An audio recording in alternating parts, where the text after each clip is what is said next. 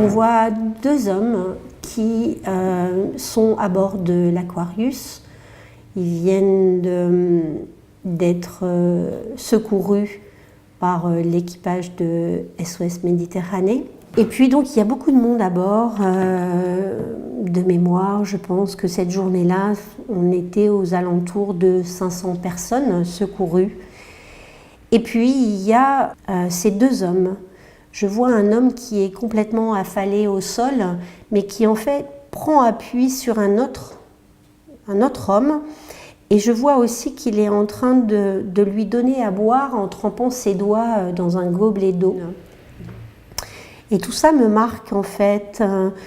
Au départ, j'ose pas les prendre en photo parce que je trouve que c'est tellement intime, c'est tellement fort ce qui est en train de se passer.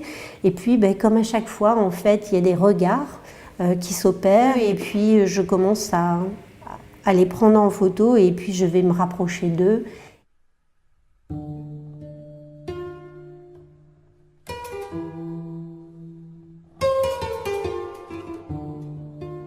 Et ce qui est important aussi de savoir, c'est que ces deux personnes, lorsqu'elles sont montées à bord de leur embarcation de fortune, ne se connaissaient pas. Ils viennent tous les deux du Nigeria. Ils ont tous les deux vécu des choses très très fortes. Donc on fuit les violences de Boko Haram.